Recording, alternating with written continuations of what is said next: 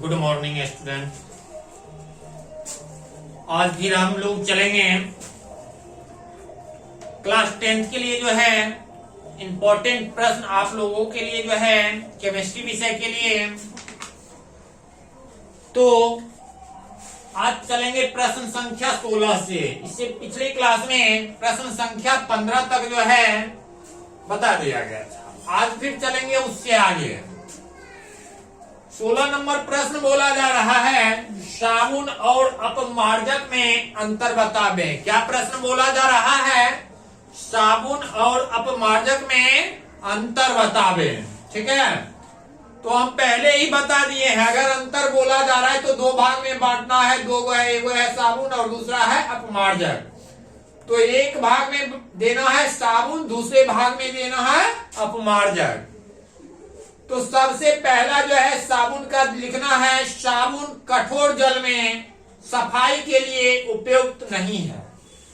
क्या है? साबुन जो है वह क्या है? कठोर जल में सफाई के लिए उपयुक्त नहीं है। और जस्ट वही आ जाएगा इसमें, यह कठोर जल में भी सफाई के लिए उपयोगी है। इसमें क्या हो रहा था? सफाई के लिए उपयोगी नहीं हो रहा था कठोर जल में। किसमें? साबुन में। लेकिन इसमें क्या है? अपमार्जक में जो है वह कठोर जल में भी सफाई के लिए क्या है? उपयोगी है।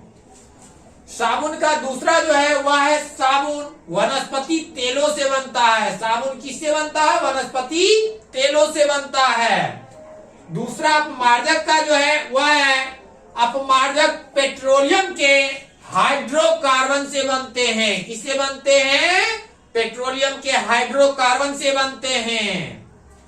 तीसरा जो है साबुन का वह है, साबुन से सफाई क्रिया निम्न स्तर पर संभव है। साबुन से क्या है? सफाई क्रिया जो है वह निम्न स्तर पर संभव है। अपमार्जक में जो है तीसरा वह है, अपमार्जक से सफाई क्रिया जो है उच्च स्तर पर संभव है। किस स्तर पर संभव है? उच्च स्तर पर संभव है। अब जो है चौथा है साबुन का, वह है साबुन से जल प्रदूषण कम होता है। साबुन से क्या होता है? जल प्रदूषण जो होता है वह काफी क्या होता है? कम होता है।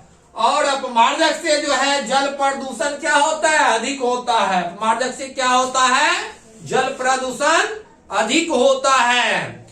तो ये हम देख लिए क्वेश्चन संख्या कितना? 16। प्रश्न संख्या 16 जो प्रश्न था आपका साबुन और अपमार्जक में अंतर।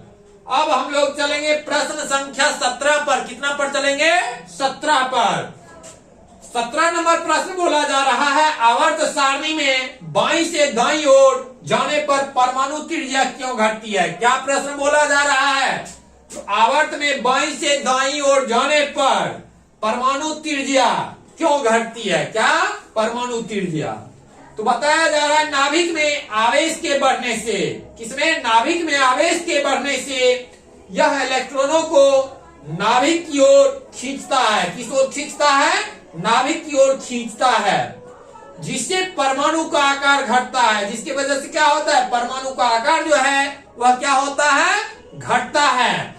और इसकी परमाणु त्रिज्या घटती है। और क्या होती है? इसकी परमाणु त्रिज्या घटती है। नेक्स्ट जो आपका प्रश्न है वह प्रश्न है 18 नंबर, मेंडलीव ने तत्वों का वर्गीकरण किस आधार पर किया? क्या प्रश्न है? मेंडलीव ने तत्वों का वर्गीकरण किस आधार पर किया? तो मेंडलीव ने क्या है? मेंडलीव ने अपनी सारणी में तत्वों को उनके मूल गुणधर्म, परमाणु द्रव्यमान तथा रासायनिक गुणधर्मों में समानता के आधार पर, किसमें? समानता के आधार पर व्यवस्थित किया है। ठीक है, तो आज आप लोगों के लिए जो है जितने भी इंपॉर्टेंट प्रश्न थे केमिस्ट्री विषय के लिए वह बताया गया है। तो फिर जो है आज के लिए इतना ही। फिर मिलते हैं हम आप लोगों से नेक्स्ट आगे क्लास में। तब तक के लिए धन्यवाद।